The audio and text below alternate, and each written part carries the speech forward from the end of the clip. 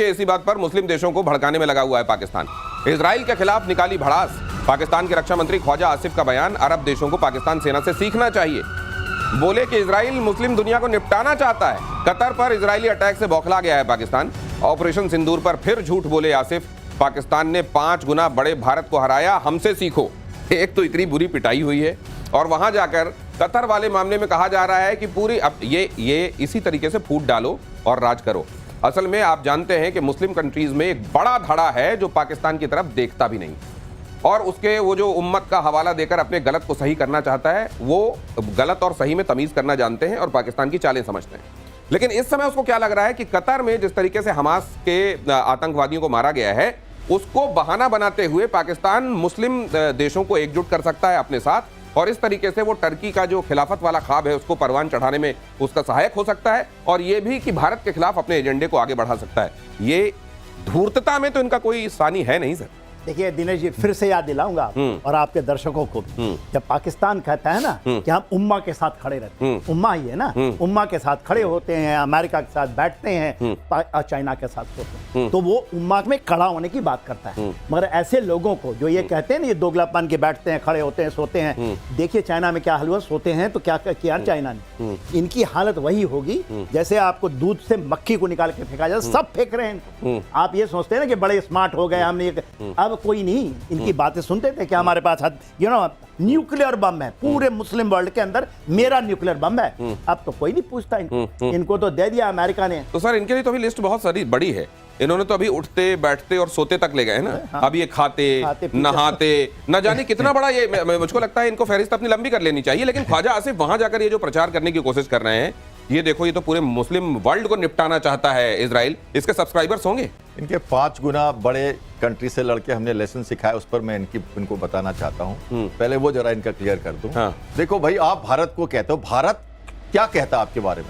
भारत ये कहता है कि तुम एक छोटी लकीर हो, तुम्हारे लकीर को हम कम करने में इंटरेस्टेड नहीं है, हमारी लकीर हमें बड़ी करनी। ये हमारे प्रधानमंत्री ने 15 अगस्त को कहा था लाल किले से। अब मैं कहता हूं आपको कि जो हमारा संदेश गया है दोहा में, जो हमारा संदेश गया है कतार में, हमने इसकी भर्त्सना की है, इस अटैक की भर्त्सना की।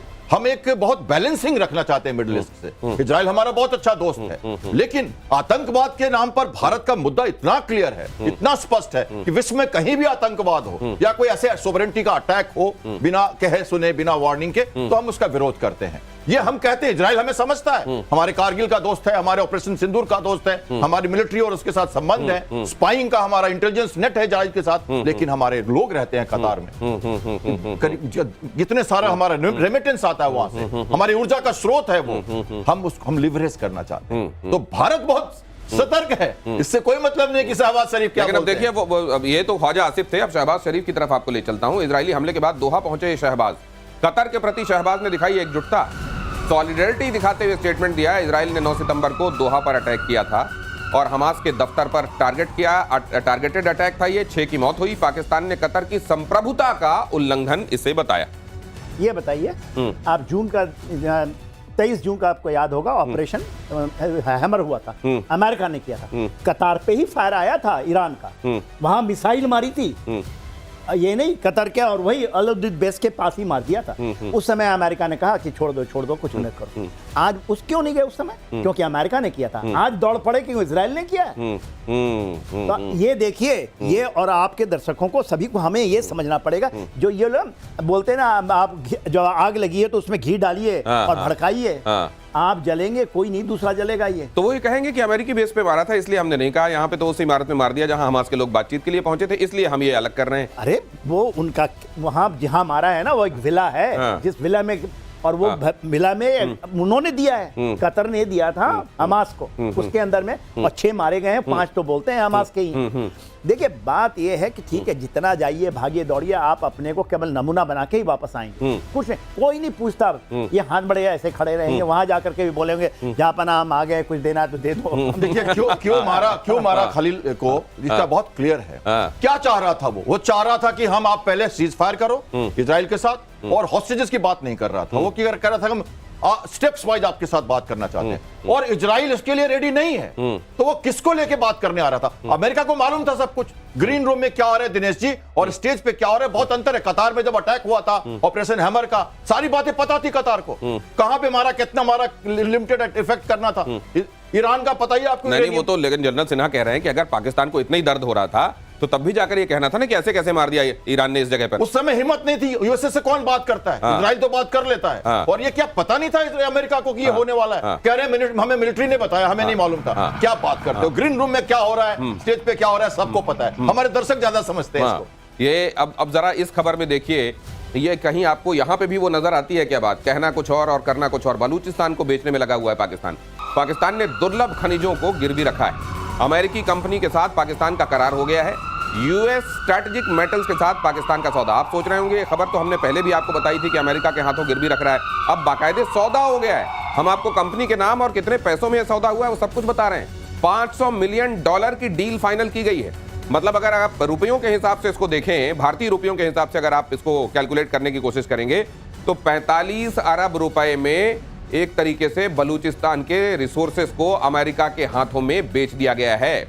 बलूचिस्तान में यह खबर जैसे ही पहुंची है वहां जमकर विरोध हो रहा है, लेकिन अब ये धीरे धीरे बात उधर पहुंच रही है जहां चीजें फॉर्मलाइज हो रही है। अब सवाल यह है सर, बलूचिस्तान का रुख हम देख रहे हैं, लेकिन अमेरिका और पाकिस्तान भी इस तरफ आगे बढ़ रहे हैं, तो ये होने क्या वाला है इवेंचुअली? देखिए हो क्या रहा है, उन्होंने चाइना से ले लिया। कहीं ऐसा तो नहीं है कि खुद बलूचिस्तान के विद्रोह को दबाने में पाकिस्तान नाकामयाब था, इसलिए उसने जानबूझकर यह किया है कि अमेरिका यहां पर साथ में आ जाए और बलूचिस्तान के विद्रोह को दबाने में हमारी मदद करे। रिसोर्सेज तो जितने होंगे वो देखा जाएगा बाद में। मैं पहले भी इसके ऊपर आपसे बातचीत किया, एग्जैक्टली जो आप कह रहे हैं ना, स्ट्रैटेजिक बात किया आपने, यही मनसा है। क्योंकि वो दबा नहीं पा रहे हैं, बलूचिस्तान में लड़ नहीं पा रहे हैं। उन तो ओपन है, उनके 7-8 प्रोविंस तो उन्होंने झंडा फहरा दिया, बोला स्वतंत्र हो गए। खैबर पख्तूनख्वा कहाँ है ये मिनरल? जो बोलते हैं आसिम मुनीर ने एक पैदा किया नैरेटिव कि ये बिगनिंग ऑफ द ईयर में हुआ है कि देखिए ये कहाँ है, south west of Khyber Pakhtunkhwa में, ईस्ट पंजाब में जहां डिस्टर्ब है, साउथ सिंध में, और पूरा बलूचिस्तान है। यहां पर आप करिए और देखिए क्या क्या इन्होंने खेला गेम। और आपके दर्शकों को समझना चाहिए, वहां पर 2 चीजें हैं पाकिस्तान फौज की, जो ये कहते हैं वर्क्स ऑर्गेनाइजेशंस हैं, पाकिस्तान के वर्क्स WFO कहते हैं। ये पाकिस्तान की इंजीनियरिंग सर्विस है, उनकी कंपनी है पाकिस्तान मिलिट्री। दूसरा जो लॉजिस्टिक, नेशनल लॉजिस्टिक ग्रुप है। लेकिन मान लीजिए ऐसा कर भी लेते हैं सर, मान लीजिए ये इसमें कामयाब रहते हैं, इनकी स्ट्रेटजी कामयाब रहती है, तो सवाल ये है कि आपने ये कर लिया तो फिर अमेरिका क्या अपना हक छोड़ देगा? वो कहेगा तुमसे तो हो नहीं रहा था, मैंने कर दिया, अब तो ये सब मेरा है भाई।